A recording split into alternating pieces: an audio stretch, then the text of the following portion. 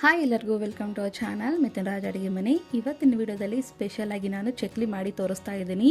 ಹಬ್ಬಕ್ಕೆ 5ರಿಂದ 10 ನಿಮಿಷದೊಳಗಡೆ ಮಾಡ್ಕೋಬಹುದು. ಅಷ್ಟು ಈಸಿ ಆಗಿರುತ್ತೆ, ಶೇಪ್ ಬರೋದಿಲ್ಲ, ಟೇಸ್ಟ್ ಬರೋದಿಲ್ಲ, ಒಳಗಡೆ ಸಾಫ್ಟ್ ಆಗಿರುತ್ತೆ, ಮತ್ತೆ ಮೆತ್ತಗಾಗ್ತವೆ ಅನ್ನೋ ಟೆನ್ಷನ್ ಇಲ್ಲ, ಆರಾಮಾಗಿ ಬರ್ತವೆ, ಕ್ರಿಸ್ಪಿಯಾಗಿ ಬರ್ತವೆ. ಮೊದಲನೇದಾಗಿ ನಾನು 2 ಕಪ್ ಅಷ್ಟು ಅಕ್ಕಿ ಹಿಟ್ಟನ್ನ ತಗೊಂಡಿದ್ದೀನಿ. ಯಾವುದಾದ್ರೂ 1 ಕಪ್ಪಲ್ಲೇ ಮೆಜರ್ಮೆಂಟ್ನ ತಗೊಳ್ಳಿ. 2 ಕಪ್ ಅಷ್ಟು ಅಕ್ಕಿ ಹಿಟ್ಟು ತಗೊಂಡಿದ್ದೀನಿ. ನೆಕ್ಸ್ಟ್ ಅರ್ಧ ಕಪ್ ಅಷ್ಟು ಪುಟಾಣಿನ ಒಂದು ಮಿಕ್ಸಿ ಮಾಡಿಕೊಂಡು ಇಟ್ಕೊತೀನಿ. ಅರ್ಧ ಕಪ್, 2 ಕಪ್ ಅಕ್ಕಿ ಹಿಟ್ಟಿಗೆ ಅರ್ಧ ಕಪ್ ಸಾಕಾಗುತ್ತೆ, ಅದಕ್ಕಿಂತ ಜಾಸ್ತಿ ಹಾಕ್ಕೋಬೇಡಿ. ಆ ಮಿಕ್ಸಿ ಮಾಡಿರುವಂಥ ಅರ್ಧ ಕಪ್ ಪುಟಾಣಿ ಪುಡಿ ಕೂಡ ಹಾಕ್ತಾ ಇದ್ದೀನಿ.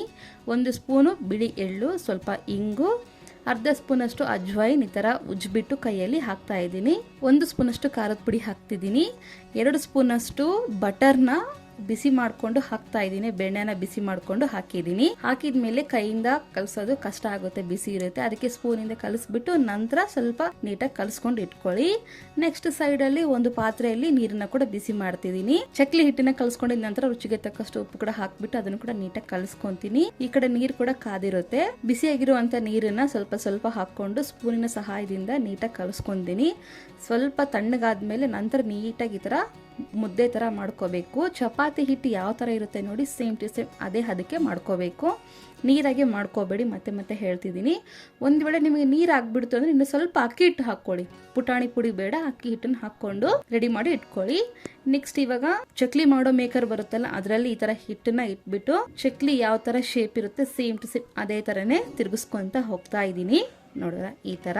ನೆಕ್ಸ್ಟ್ ಇದೇ ತರನೇ ಇನ್ನೊಂದು ಚಕ್ಲಿ ಕೂಡ ಮಾಡ್ಕೊಂತೀನಿ. 2 ಕಪ್ ಅಕ್ಕಿ ಹಿಟ್ಟಿಗೆ ಸುಮಾರಾಗಿ ಒಂದು 30 ಚಕ್ಲಿ ಆಗ್ತವೆ, ಆರಾಮಾಗಿ ಆಗ್ತವೆ.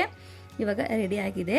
ಚಕ್ಲಿ ಎಣ್ಣೆಲಿ ಹಾಕ್ಬೇಕಾದ್ರೆ ಕೈಯಿಂದ ತಗೊಂಡಾಗ ಮುರಿದೋಗ್ಬಿಡುತ್ತೆ ಅನ್ನೋ ಟೆನ್ಷನ್ ಇರುತ್ತೆ. ಅದಕ್ಕಾಗಿ ಈ ತರ ಚುಚ್ಚುಗ ಇರುತ್ತಲ್ಲ, ಅದರಿಂದ ಈ ತರ ಮಾಡ್ಕೊಂಡ್ರೆ ತುಂಬಾ ಈಸಿಯಾಗಿ ಬರುತ್ತೆ. ಇದನ್ನ ಡೈರೆಕ್ಟ್ ಆಗಿ ಎಣ್ಣೆಯಲ್ಲೇ ಬಿಟ್ಬಿಟ್ರೆ ಆರಾಮಾಗಿ ಶೇಪ್ ಕಡಿದೆ ಆರಾಮಾಗೆ ಬರ್ತವೆ. ಎಷ್ಟು ಸಿಂಪಲ್ ಅಲ್ಲ.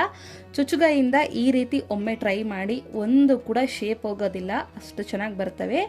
ಮೀಡಿಯಮ್ ಟು ಲೋ ಫ್ಲೇಮ್ಗೆ ಅಡ್ಜಸ್ಟ್ ಮಾಡ್ಕೊತ ಬೇಯಿಸ್ಕೋಬೇಕು, ಫ್ರೈ ಮಾಡ್ಕೋಬೇಕು. ಮತ್ತೆ ಮತ್ತೆ ಹೇಳ್ತಿದ್ದೀನಿ. ನೋಡಿದ್ರ ಫುಲ್ಲು ಡಾರ್ಕ್ ಕಲರ್ ಆಗೋವರೆಗೂ ಮಾಡ್ಕೋಬೇಡಿ. ಸ್ವಲ್ಪ ಕಲರ್ ಚೇಂಜ್ ಆಗಿದೆ ಅಂತ ಅನ್ಕೊಂಡ್ರೆ ಸಾಕು. ತುಂಬಾ ಸಿಂಪಲ್ ಆಗಿರುವಂತ ಚಕ್ಲಿ ರೆಡಿ ಆಗಿರುತ್ತೆ.